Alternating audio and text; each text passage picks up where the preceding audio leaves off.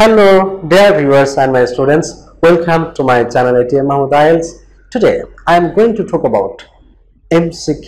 MCQ নিয়ে অনেকে আমাকে অনেক কথা বলে। বিশেষ করে স্টুডেন্টরা বলে স্যার MCQ যদি বাদ দেওয়া হতো রিডিং থেকে IELTS রিডিং থেকে তাহলে খুব বেশি ভালো হতো। কারণ MCQ নাকি তাদের সময়টা অনেক নিয়ে নেয় এবং সবচেয়ে বড় কথা MCQ নাকি তারা কোশ্চেনের অ্যানসার করতেও পারে না। তো দেখি না আজকে আপনাদেরকে এমন কিছু দিতে পারি কিনা যেটা আপনার এমসিকিউ এর সমস্ত ভয় এতদিনে যা ছিল সেটা জন্য দূর করতে পারে। আশা করি আপনাদেরকে এই রকম টেকনিক বা এই কথা আগে কেউ কখনো বলে নাই।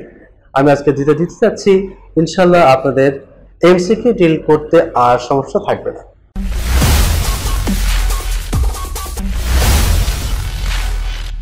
ওকে, একটু বলে রাখি আইএলটিএস রিডিং এর যে কয়েকটা গুরুত্বপূর্ণ কোশ্চেন টাইপ আছে, আমি যেগুলো ডেফিনিট কোশ্চেন বা যেগুলো বলা যায় 99% আসবে এক্সামে, তার মধ্যে এমসিকিউ একটা। আমি সবসময় ক্লাসের মধ্যে বলে থাকি স্টুডেন্টদেরকে কোন টাইপ অফ কোশ্চেন গুলো আসবে এবং কোনগুলো না। বিশেষ করে আমি যেগুলো আসেই না সেগুলো আমি গুরুত্ব দিই না, এবং আমি কয়েকটা যেগুলো আসে সেগুলোর মধ্য থেকেই বলি এবং বলি don't work hard, work smart. কারণ খুব অল্প করেই রিডিং এ এবং খুব অল্প টাইপ অফ কোশ্চেন করেই রিডিং এ 7+ আশা করা যায় এবং সত্যি সত্যি সিকিউর করা যায়। এমন অনেক স্টুডেন্ট এটা করছে। আজকে আপনাদেরকে এমসিকিউ দেখাচ্ছি কিভাবে ডিল করবেন। প্রথম কথা বলে রাখি, এমসিকিউ আসলেই একটু কঠিন যারা এটা না বুঝেন। এমসিকিউ একটু ধরনটা বোঝেনি। এমসিকিউতে সাধারণত 3টা বা 4টা অপশন থাকে, মাল্টিপল চয়েস কোশ্চেন্স। 3টা বা 4টা অপশন থাকে। প্রথম যে ক্যারেক্টারিস্টিক এমসিকিউ আছে, যে কারেক্ট অপশন থাকবে, for example A B C D, এই এ বি সি ডি এর মধ্যে যে কারেক্ট অপশন থাকবে, most of the correct options are synonymous or conceptual. I mean যেগুলো থাকবে সেগুলো আপনি প্যাসেজে যা পড়ছেন এবং আপনি অ্যান্সারে যে অপশনগুলো পাচ্ছেন তার মধ্যে যেটা কারেক্ট সেটা কিন্তু থাকবে সিনোনিমাস অর কনসেপচুয়াল, মানে ধারণাগত আইডিয়া থেকে, ওইটার থেকে একটু ধারণা নিয়ে ওই আইডিয়ার উপর ভিত্তি করে অ্যান্সার। তার মানে অনেকেই আপনাদেরকে ভুল পরামর্শ দেন। আমি দেখেছি যে কেউ কেউ বলেন যে এমসিকিউতে আপনি যেটা করেন আগে কিওয়ার্ড সার্চ করেন এবং যে ওয়ার্ডগুলো আসছে সেইগুলো দাগান, বইতে দাগান। ঠিক আছে, বইতে দাগালেন বা আপনি কোশ্চেনের যে অ্যান্সার অপশন পেলেন কোশ্চেন বুকলেটে দাগাইলেন প্যাসেজের মধ্যে, এবং আপনি কি করেন ওই ওয়ার্ডগুলোই খুঁজছেন। মজার ব্যাপার হচ্ছে যে ওয়ার্ডগুলো খুঁজছেন এবং অপশনে এ বি সি ডি যেগুলো দেওয়া আছে সেগুলো আদৌ আনসার না। মোস্ট অফ দ্য কেসে যেগুলো ওয়ার্ডে মিলে যাচ্ছে সেগুলো অ্যান্সার না। তো অ্যান্সার কোনটা? কারণ অ্যান্সার থাকবে সিনোনিমাস অর কনসেপচুয়াল। তার মানে আমি একটু পরে আপনাকে এক্সাম্পল দেখাবো কিভাবে অ্যান্সার পাচ্ছেন। তারপরে যেগুলো চেহারায় বেশি মিলে যাচ্ছে, ওয়ার্ডে মিলে যাচ্ছে প্যাসেজের সাথে, সেই অপশনগুলো অ্যান্সার না। ওকে, এন্ড নাও নেক্সট কোশ্চেন, একটু নেগেটিভ পয়েন্টে বলি। সেটা হচ্ছে এমসিকিউ কিন্তু একটু টাইম কনজিউমিং অন্যগুলোর চাইতে। তো এই জন্য আমি পরামর্শ দিব অন্য কোশ্চেনগুলো আগে সলভ করার পরে এমসিকিউটা আপনি শুরু করেন। এই জন্য এটাও বলে রাখলাম যেটা টাইম কনজিউমিং। অন্য কোশ্চেন করলে প্যাসেজ সম্বন্ধে কিছুটা আইডিয়া হয়ে গেল, এরপর আপনি এমসিকিউ শুরু করেন। And the next point that I'm going to give you is it is sequential.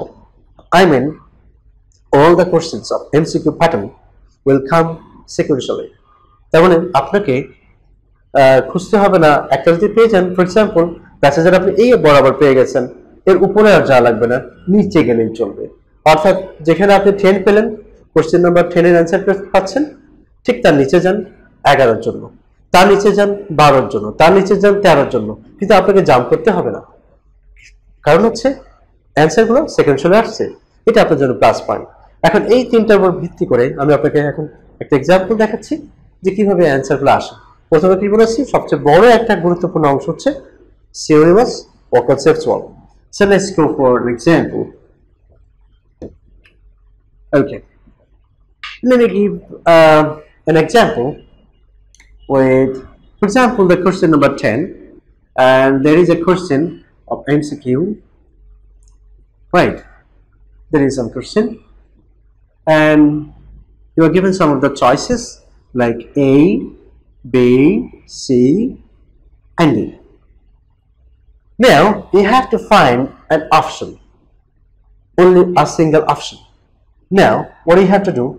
For example, আমি কিছুক্ষণ আগে যেটা বলছিলাম যে আপনি দেখছেন যে প্যাসেজে যে এরিয়াটা পেলেন, হয়তো এখানকার কোশ্চেনের সঙ্গে আপনি খুঁজছেন যে প্যাসেজে অ্যান্সার অপশনে পেলেন কোনো একটা ওয়ার্ড, দেখেন এই এর মধ্যে মিলে গেছে এবং এর এই পাশেও মিলছে। বিতে সামহার এইখানে একটা ওয়ার্ড বা দুইটা ওয়ার্ড হুবহু প্যাসেজের সাথে মিলে গেছে। ডিতে এখানে একটু মিলছে, মাঝখানে একটু মিলছে। এখন বলুন তো, এইতে একটু মিলছে, বিতেও কিছু মিলেছে ওয়ার্ডে ওয়ার্ডে প্যাসেজের সাথে, ডিতেও কিছু মিলেছে। কোনটাতে একেবারেই কোনো মিল নাই, অর্থাৎ ওয়ার্ডের মিল নাই, সি। তাহলে আপনি ধরে নিতে পারেন C is going to be your answer.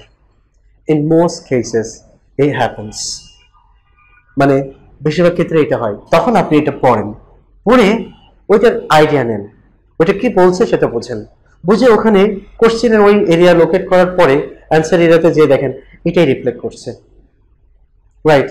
This is the magic of MCQ.